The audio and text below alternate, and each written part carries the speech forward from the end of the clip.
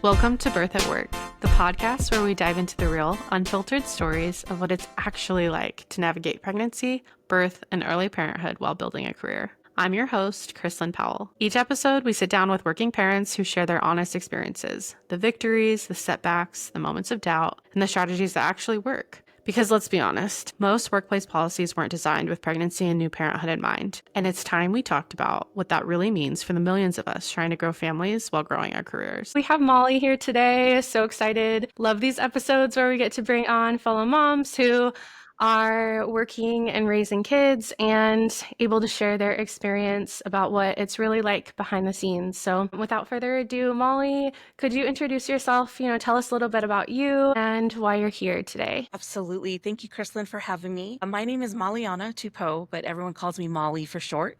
It's just easier. I've been married to the love of my life, best friend for the last 20 years. So we finally hit 20 years last October, which is super exciting. And it feels weird because we still feel like we're newlyweds, like, oh, we just got married, like we're in that young phase, but it's like 20 years just flew by. We have one daughter, so she's our baby. We still call her a baby, even though she'll be turning 18 at the end of this year. It's crazy. I think, Kristlyn, when I first met you, she was probably like 10 or so. But yeah, she's our world, been our world. And I've grew up in a huge, big family, one of 17. So it is kind of weird that I have one child, but I come from, a huge family, one of 17 children. Grew up in the music business, very more just entrepreneur type of lifestyle growing up. So when I got married was when it went more of a traditional, like, corporate pathway, more of a traditional career path. But yeah, that's me. And I currently work in the software industry for the last 10 years. And I'm a product owner for a loyalty company out of St. Petersburg, Florida. So yeah, hopefully that's enough about me. No, thank you so much, Molly. I feel like one, you're just one of the most genuine people I know. And two, you are just a wealth of information and so talented in everything you do. So I just feel like really, really fortunate to have you on the podcast today and sharing your story. And something that I remember, I'm just going to mention this before we dive in, but when I first started working with Molly, I remember coming in my first day and my manager introducing me to folks. And Molly was one of the first people I met in that particular office. I worked in a couple different office spaces, but I remember you being so kind. And I was just like, wow, she is the nicest person I've ever met. And another thing I remember too is a few weeks in, I think I went to schedule a meeting with you. And I remember seeing a block on your calendar in the mornings for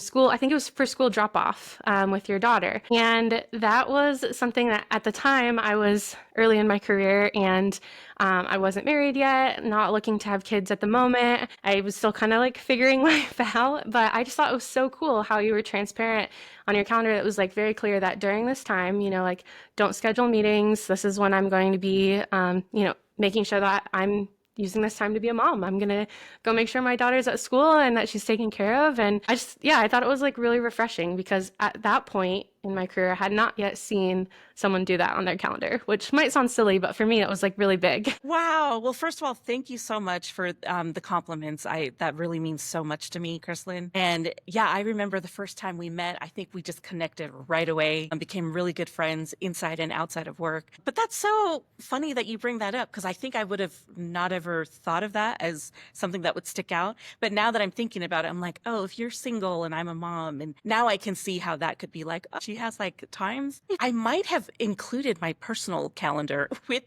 my work calendar, but yeah, I did want to always be transparent. And I think, so I kind of lived life backwards. And what's funny is Google Fiber was actually the first job that I worked at out of college after graduating and being a mom. So we're both like our first time, but in very different phases of life. So it's funny how, yeah, just that how that played out. Yeah, I think back to that as an example. And so like later when I, managed other team members or, had to like take control more of my calendar after I had a baby and was just like trying to get more organized, I didn't have hesitation around that. And it was kind of like an expectation that I communicated to other people too of like, your personal time, whether it's like, hey, block this off to go to the gym if you don't have kids or like, if you have preschool pickup or whatever, like a doctor's appointment. Like we're all human. And so that was like one of the very first times I saw that. And it just stood out to me. So I kept referring back to that example.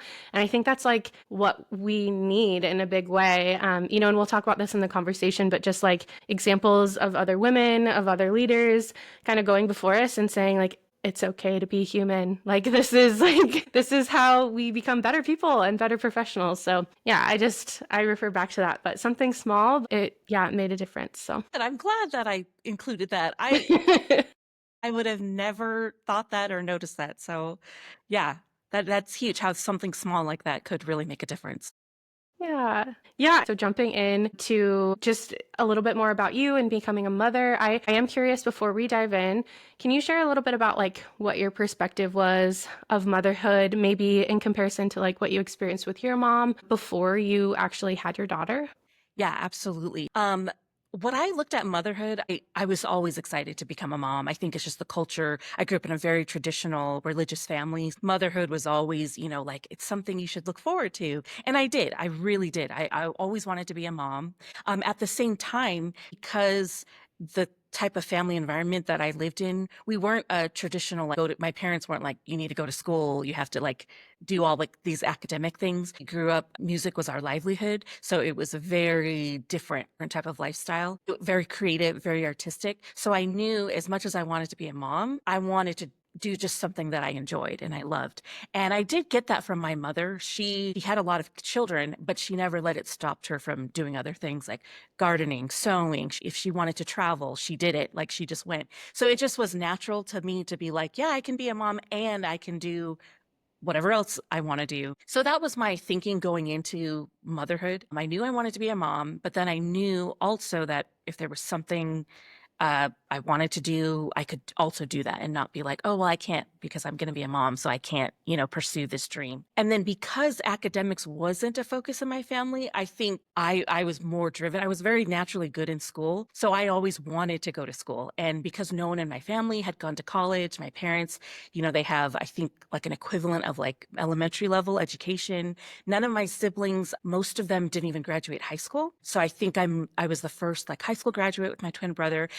Several of my other siblings did graduate from high school, and then some of them got their GEDs later, but no one had gone to college. So Wow. I think just that alone, because no one had ever done it, I was like, I want to do that. Like everyone else is doing it. Like I want to do what, you see in the TV shows and in movies. So that was something I put on my list at like 12 years old, was like, go to college. I didn't know what I wanted to do. It was just go to college. So I kind of went down that path, but it didn't happen until I got married. And so that's where, when I started college, I just had gotten pregnant. And then that's when I'm like, oh, I'm more settled in. I have time. Why don't I just pick up some classes? So I didn't start college till about 24, 25 years old. So I'm going in, by the time I finished my associates, what brought me to Utah was I went to Brigham Young University, and it was very weird because I'm going to like orientation with all these 18-year-olds and I was 28. So it was very like different. But yeah, I just knew I didn't want motherhood to limit me from anything, but I also didn't want my life goals to stop me from being a mom.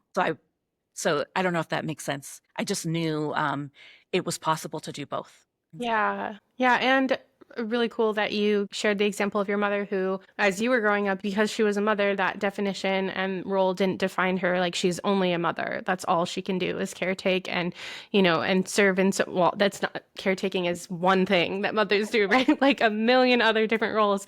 But she also was able to carve out time for her personal hobbies and things that she cared about. And so that just really resonates with me of like, again, like we're looking towards the examples of the women that we see that are leading us and what do we take from that? And for you, it was like, well, I can go to school if I want to. Like I can do that because that's something that I want to do. I'm interested in doing that. And I know too, you mentioned that you had your daughter prior to, or well, you said you got pregnant before you went to school, before you enrolled in classes. And so this is all like before working too. So your experience is you had your daughter before you entered the workforce as well. So can you share a little bit about what it was like having that experience as a stay-at-home mom? And also, it sounds like you were also going to school during that time too. And what was it like balancing that? Would you change anything if you could go back or yeah. Yeah. So first of all, I loved my time being at home with my daughter. I was going to school at the same time. And I tell all my nieces and nephews this too, like, go to school before you become a parent. Cause it was very challenging for me, like just to be a mom, but then I wanted to do school. I think it got harder, once I was, going towards my bachelor's, just the time of way and just trying to, in classes and juggling that. I'm like, man, if I was single, this would just be so much easier. I could really just focus. But when you're a mom, it's like you have to, okay, do the whole morning schedule. Then when they're at school, then you're like, okay, I got to study. Where I felt like if I was single, I could just focus on school. So I've always told my nieces and nephews, like, don't wait. If you can go to school now, get your schooling done with now before you have children. That's something I would do, but I also don't regret, it's just that's the way life played out for me. Yeah. I did enjoy, I wanted to make sure I enjoyed being a mom too. So I did not go to school full time. I made that decision on purpose. I went to school part time so that I could be there. I wanted to be there for all the milestones that my daughter went through. I enjoyed every minute, loved being a mom. I think also because I became an aunt when I was in kindergarten. So just being around children, my daughter is the 49th grandchildren in my Wow. family. But you can see by this time I had lots of experience with babysitting Yeah. nephews. So when my daughter came, it was just like natural for me to change, a diaper, feed her. Where for my husband, he's like the opposite, comes from a smaller family, was never around children. So we always laugh about it. Like the first time he changed a diaper, it took him like 20 minutes. What took me was just like super fast. Second nature for you, yeah. Yeah, very second nature. So yeah, I enjoyed motherhood, and that's something I would want to tell moms is like enjoy every moment because it goes by so fast. And now that my daughter's going to be 18, I mean, me and my husband are looking at each other. We're trying to hold back tears because you just think back and you're just like, where did the time go? Where is our baby? Like she's not, I think as a parent, maybe you think this, you'll always think of your child as like your baby, even though so just cherish all of those little moments. And yes, I had struggles like sleepless nights or, dealing with teething or, those type of nights. But I think I already expected it. I knew it wasn't going to be a breeze. But just enjoying even those late nights, enjoying that, hey, I'm with my baby and giving her what she needs and the attention. So yeah. Yeah. Oh my gosh, I love that. The holding back tears thing. Actually, I had a moment last night where well, he's almost 4, my son, which is wild, but he have kind of like built him his own bed and he's been sleeping in his bed, but during the night he'll come out and like come, jump into our bed and cuddle with mom and dad. But yeah, last night he came and cuddled and I just had a moment where I looked at him and I just felt like he's getting so big. Like, where's my baby? And got kind of emotional. Yeah, so I resonate with that, even though he's not anywhere close to 18. In my mind, I'm like, he's already 18. He's moving out. Yeah, it's like he's moving into his own bed, and so that's a It's huge. different. And that happened several times. I mean, for me, even I think when our daughter did the same thing. You want them to be like, go sleep in your own bed. But then she would always like somehow end up in our bed. And I remember at first, I'm like, gosh, she really needs to sleep on her own. And then I think one night my husband just said, look, there's going to come a time where she's not going to want to do this. Let's just enjoy it while she does want to spend time with her mom and dad. So I thought of it. I had to like change my perspective and be like, oh, yeah. So, anyways. Yeah. Also, I just want to take a moment too and say I had a mother who paused work and stayed home with us. Well, I was a firstborn, so like earlier she was working, and even when I was younger, like I had a babysitter that I would go to and she would go to work. But, shortly after that, when I got towards elementary school, she decided to take some time to be with the children and there were 5 of us. She took time away from work, raised 5 of us, and then as we were my younger siblings were going into high school, she went back to work. But I always think of the like juxtaposition of, I think it's, a lot of times people classify like, oh, are you a working mom or are you a stay-at-home mom? It's like all moms work, just not all are like paid.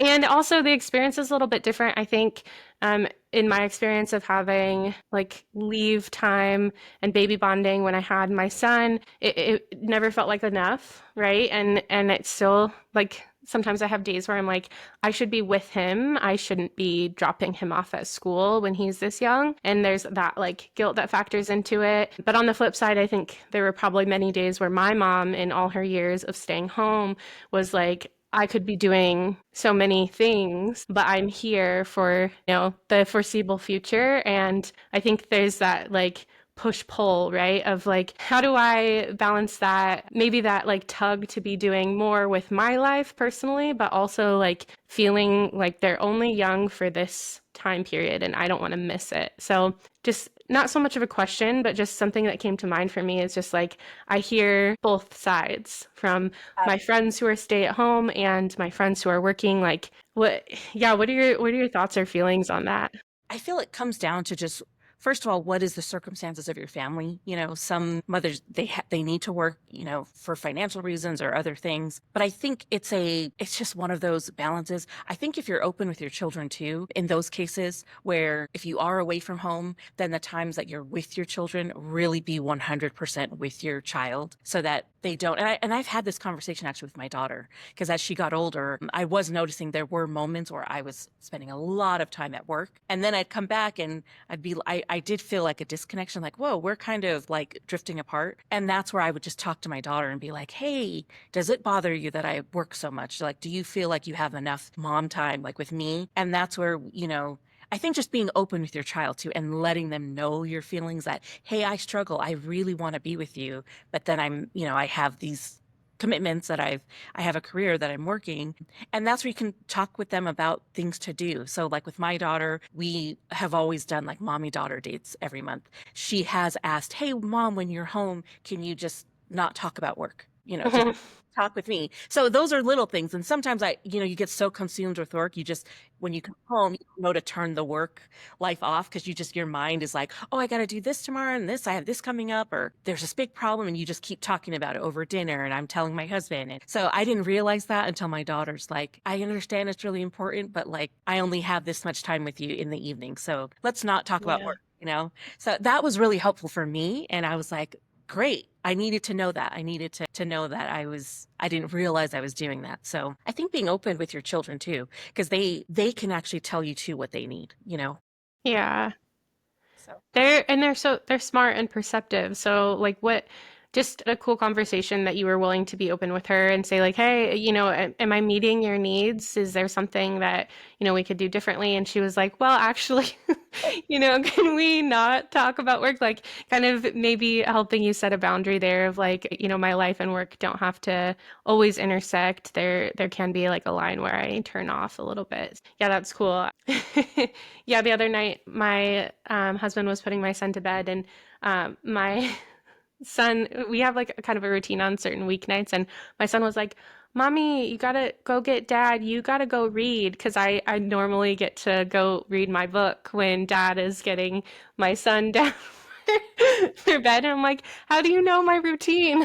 But they they're perceptive. Yeah. They are. I would say do not underestimate kids. They're very observant and they do see like, what's going on. I think they understand more than parents think. Like, oh, they're just children. They don't know what's going on. But they really do. They may not know like details, but they do exactly what you just said. Like they pick up on those little things like the routines.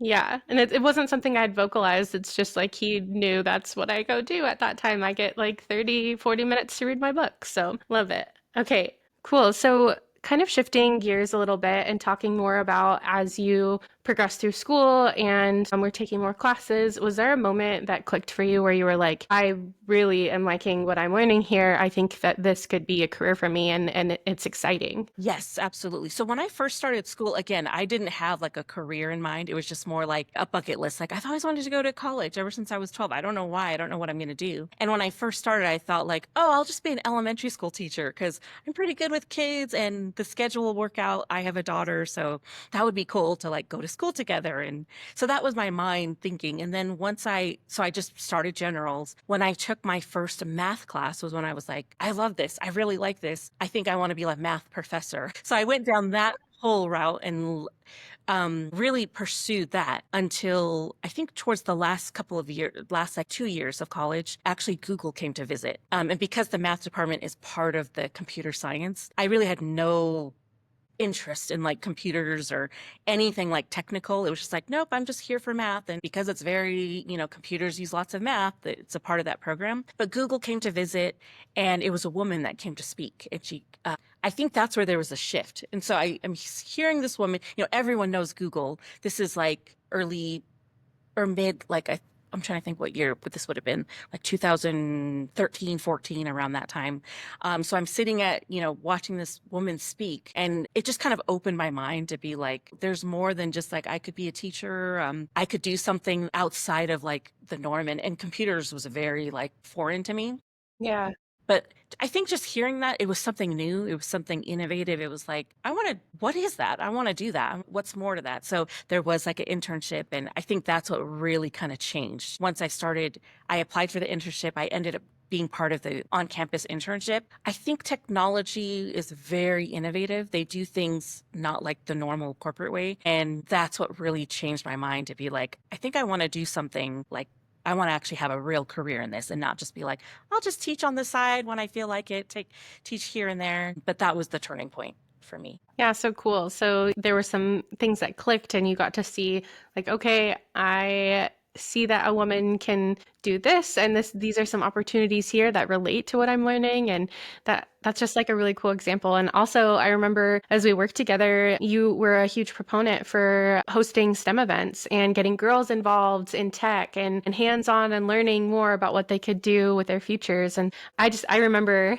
like being present at those events, helping your husband move tables and like being like, yes, go Molly. But yeah, so really cool that you were able to bring that into your career as you took a job out of college and were continuing to be a proponent for other women too. Yeah. And it happened organically too. I think just how that all played out was awesome. And I'm glad that I worked for at that time a company that supported that, and it was different ideas, very open to it. So I think that's another thing too I look for when you're looking for a company, is companies that align with more diverse thinking and things like that. So that was very important to me. Yeah, totally. And it was also kind of an opportunity, I think, on my end too, in different types of events that I got to do in my role. I just think that it was like a phase of the company that was like very receptive to ideas, like whatever ideas you that would be cool, you could kind of do. So that was like early stage, portion of it, and like a benefit, I think, too, is like not only the way the company worked or how it approached things, but also like being in that early stage and being like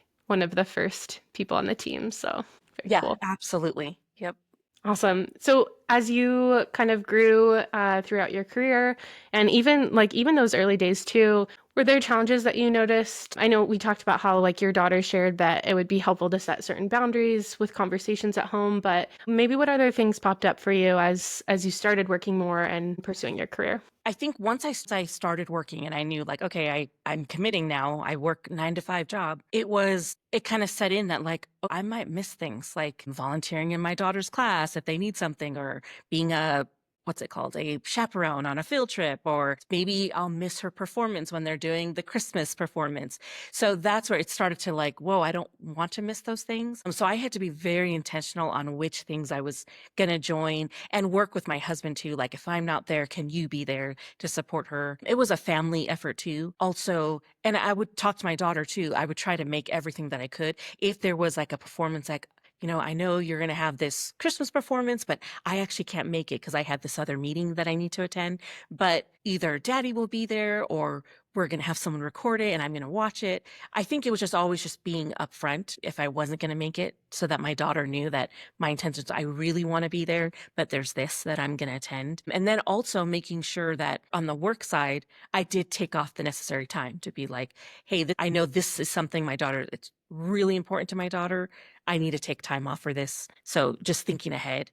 But I think there's just that balance of, you really need to be intentional with when to support your child when they need you, and, when it's okay to miss something. So yeah. Yeah, yeah, what great advice. I think about just like some rules that I'm developing over time for myself. And one of the things that's always in the back of my mind is like if I miss this moment, is this something I can get back kind of thing? And obviously we can't get back the exact moment, right? But like in a way, is there someone that can be there for my child during that time where, it's like a similar occasion that I can make another, event. So that's similar. If I miss this moment, like, am I gonna miss it forever? And if that's the case, like if I really need to be there and I want to be there, then like I'm taking the time off that I need to. But on the flip side too, I had a friend recently share with me that when she or her husband travel for work, it's hard, but at the same time, they have a phrase that's make it worth it. And so when they're away, like they've committed to that time. And even though it might be emotional to step away for a little bit, it's like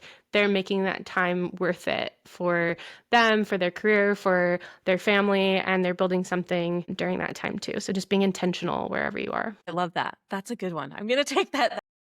But at least those little phrases sometimes can be helpful. As far as leaning more into that, like, okay, certain boundaries here, or making decisions when certain commitments come up and you have to go one way or another. Some people say there's no such thing as work-life balance, or it's like Yep. work-life harmony or work-life integration, or what does that all mean to you? What is that concept? How has it affected your life? How do you approach it? Any advice there? Yeah.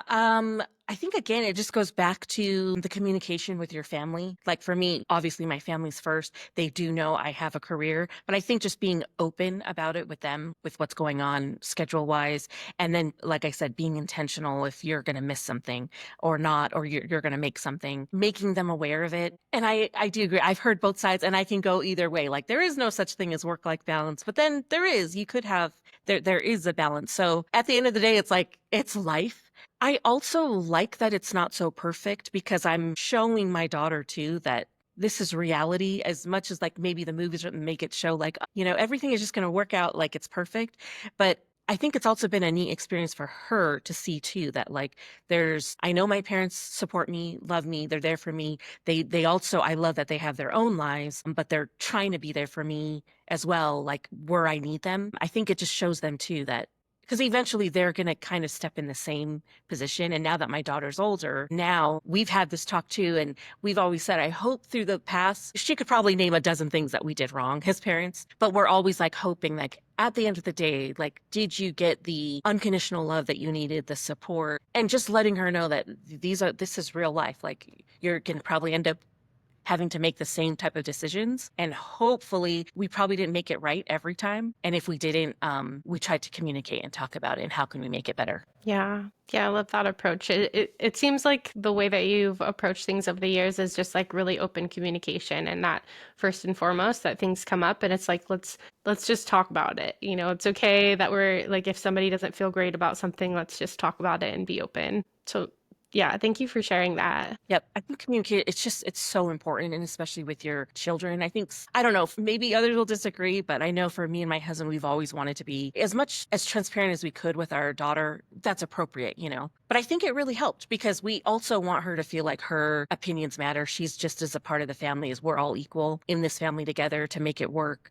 We need to know where she stands and what she's feeling and what she feels about things. And sometimes it will sway us to be like, oh yeah, you know what? Maybe I won't take that work trip because, you have this and this going on. Or, you know what? Are you okay if I do, this is really important to me in my career. And it's just this balance. So I think communicating is so important. I love that. I'm also curious if over the years your style and the way that you manage people or communicate with your team members has shifted, and kind of, similar to that example that I shared with you, how I went to set a meeting with you and I saw the transparency on your calendar. As you've had these learnings and realizations pop up, set boundaries or learn to communicate better with your family, is there something that's shifted for you too in how you communicate with your colleagues? Yeah, I think parenting, because there's always that fine line when you're a mom. It's like you're the mother, you want to be their friend, but you're also their mom. So there's Yeah. like you need to draw. Of course, I want to be the cool mom, and like it's such a cool mom. But there's that line where it's like, yes, I'm best friends with my daughter, but I'm also her mom. And then I think in the work life, like with my coworkers, when I'm interacting with them, it's like, I'll get along, we can relate and work together and work that. But there's also a time where you need to be assertive, or like we have roles that we play. So as much as we want to be friends or everything to be nice, there is like that. You have to like draw that line of like, okay, but now we have roles and you need to do your part. I need to do my part.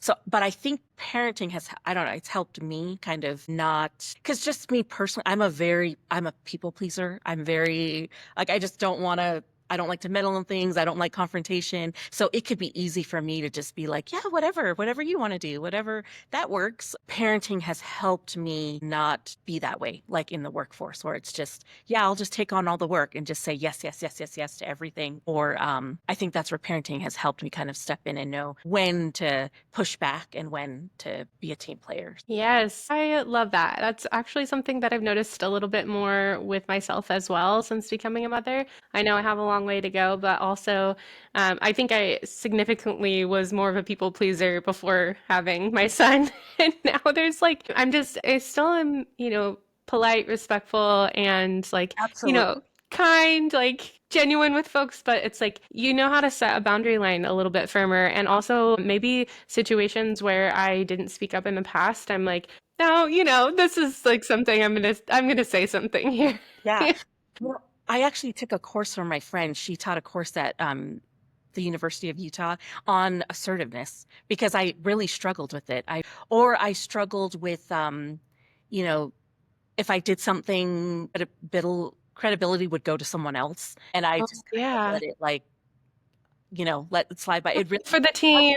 yeah, like, "Yay, team," and, but I actually took a course on how to set boundaries, how to be comfortable saying no. Like, That's it's amazing. okay to say no, pushing back. I even read a book. I think I was gifted a book from one of our managers on um, tips that, like, it was like 100 entrepreneurs, or something. And one of the main things they said was they learned how to say no.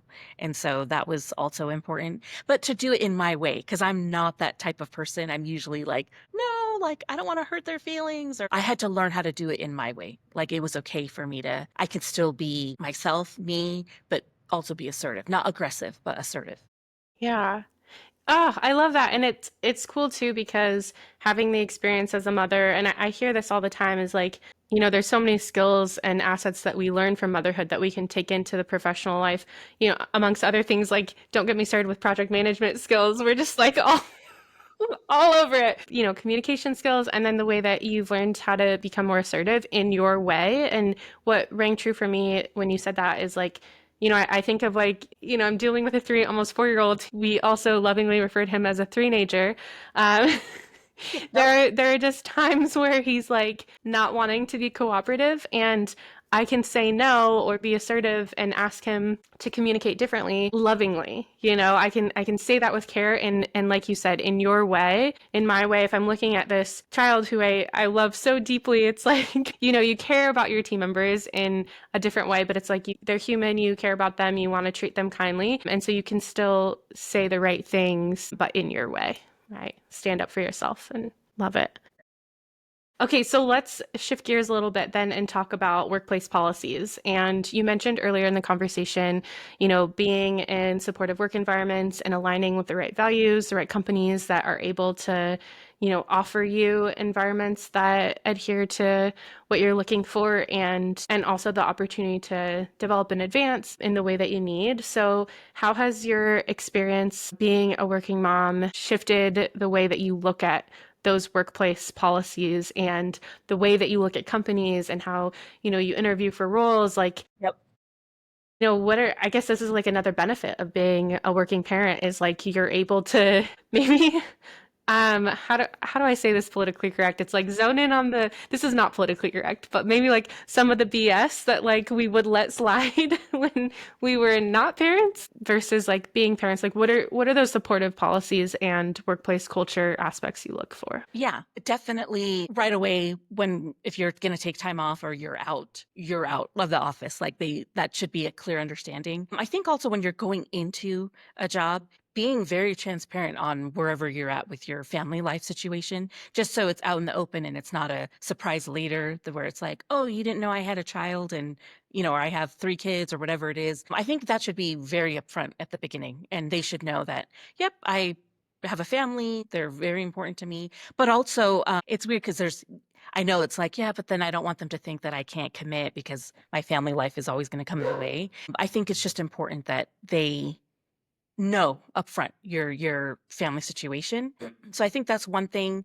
The other thing is I look for policies where they support mental health. They're supporting, I don't know, to me, it's a company that will tell me like, oh, if they're supportive of time off, mental health, that also tells me they support work-life balance, like they support family time, things like that. So I'm always looking for policies like that. Of course, I'm always looking at their healthcare plan, like what do they have medically? Are they supportive of, I'm not having children, but I do look at like how much time do they give off for maternal or paternity leave, because it gives me an idea of where they stand with supporting, especially if I have a family, you get Yeah. an idea of that. So and I think those are things, if that's, especially if you have young ones. Since my daughter's older, it wasn't as much of a problem, but if I had younger ones, I'd probably ask more questions of like, how do they support, time off? What's all of their health policies if I need to take time off? Or I just feel like the younger kids may get sick more, so you may be taking off more time. But just being upfront and looking into their benefits, their medical, what they support there, and how. And I would even ask in the interview, like, how currently do you guys support, coworkers with families? Just be upfront, like, or if there's a coworker who has a newborn, or just asking upfront what their policies are. Yeah, I think that's really cool. Yeah, what you said about looking, even though that you're not in a phase right now where you're having children, looking at the policy and seeing, do they offer parental leave?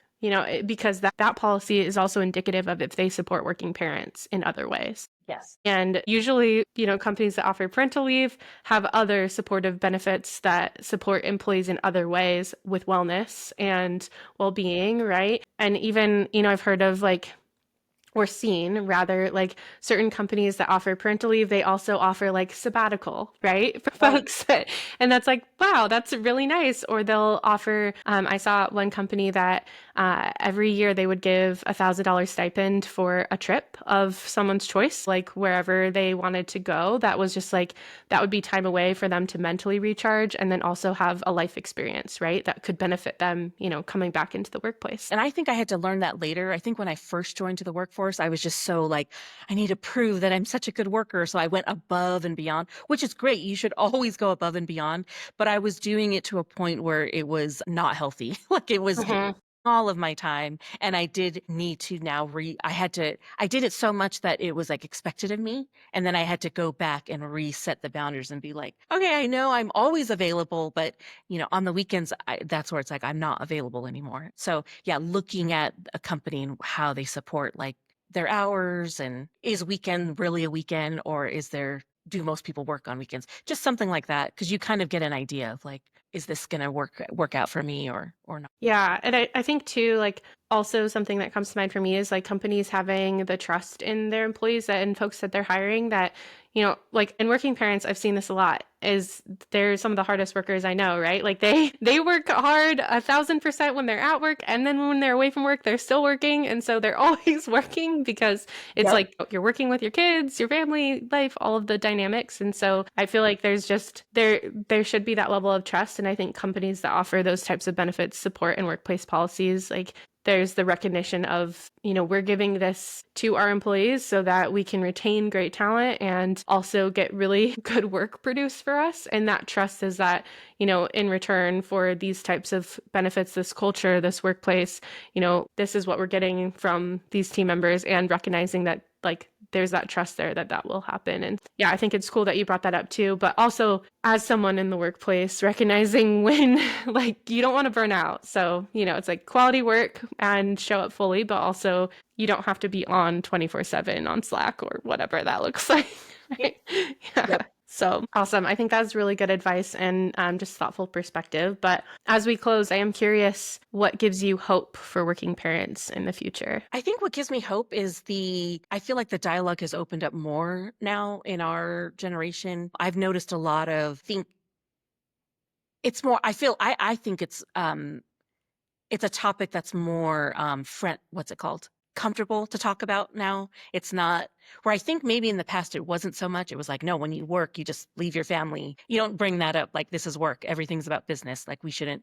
But I think a lot of company, I think with remote work and like ever since COVID has happened, it's actually opened a lot of doors. Like more people have become more open about like the work-life balance with just working remote. So I do have hope in that sense because I feel like now the last several companies I've worked for, it's been an open conversation. Like it's not something that's like, how do I bring this up? How do I talk about, I feel like it's more receptive. And even amongst like not just females, but males too, as well. And especially because a lot of males are having children too. So I think they're starting to understand, oh yeah, there's this balance that has to happen with them even having newborns. So that's what I think keeps me hopeful is just the conversation is what's it called? The word I'm trying to say. There's some more transparency happening, right? And I think it's not like a taboo subject or something that you shouldn't talk about. It's more open to talk about.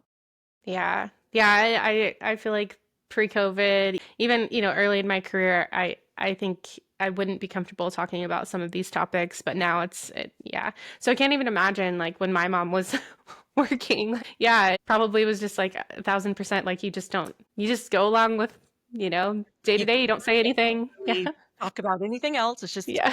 like all business. And then maybe, if we're out later, you can talk about it. But I think it's just a lot more open now. And I think just culturally too, with social media, I mean, it's an open conversation. So I think that's what gives me hope is that it's a lot more receptive. Yeah. Oh my life. And is there any other thoughts or advice or just words of encouragement you'd like to leave with fellow working moms who are listening to this? I think first, like, you're not alone. I think a lot of mothers naturally are like, they feel like they have to do it alone or they're just doing so much. You're not alone and don't ever feel guilty. I think guilty, because I think it goes both ways. They either feel guilty that they're at work and they're not with their child, or like what you said, they're at home and they're wishing like I'm with my child, there's my dream just sitting there on the shelf. Don't feel guilty I think it's that guilt that kind of limits us and just don't feel limited. Like you can go, I think there's that balance, but you can be a great mother and a great career woman at the same time. And you don't have to choose one or the other. And that's the other thing. And that's what I found. Because I think sometimes it's like, oh, well, if I choose my career, then I can't have my family. I have to put my family on the back burner. Or if I have a family, then I can't do this. I can't. I think it's take the can't out of it and think of how can I want to be a mom and I really love this, whatever career or dream you're at. I really want to do this. How can I do both? Because it's possible. I see that a lot too with people reaching out to me, friends, asking who haven't had kids yet. They're in their career and they're like, I really want to be successful, but I'm nervous. Like, if I start having kids, is that going to impede my success? Am I able to still do what I want?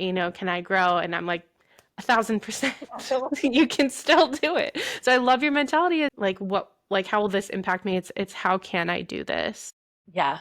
and moving forward with that. And I think one thing too, mothers, you having a baby alone, I don't know how you felt, but you are amazing that you just brought life into the world. That alone is like a superpower to me. So I think it's like if you can bring a life into the world and raise that life, you can do what else can you do, So I think reminding yourself that like what woman, being a woman, it's powerful. So So powerful. Well, thank you so much, Molly. It's been lovely chatting with you. And again, I just think your story and experience is amazing, and I'm grateful that you shared it with us today. thank you so much, Kristlyn. I'm so grateful and honored, humbled to be here, and thank you for having me.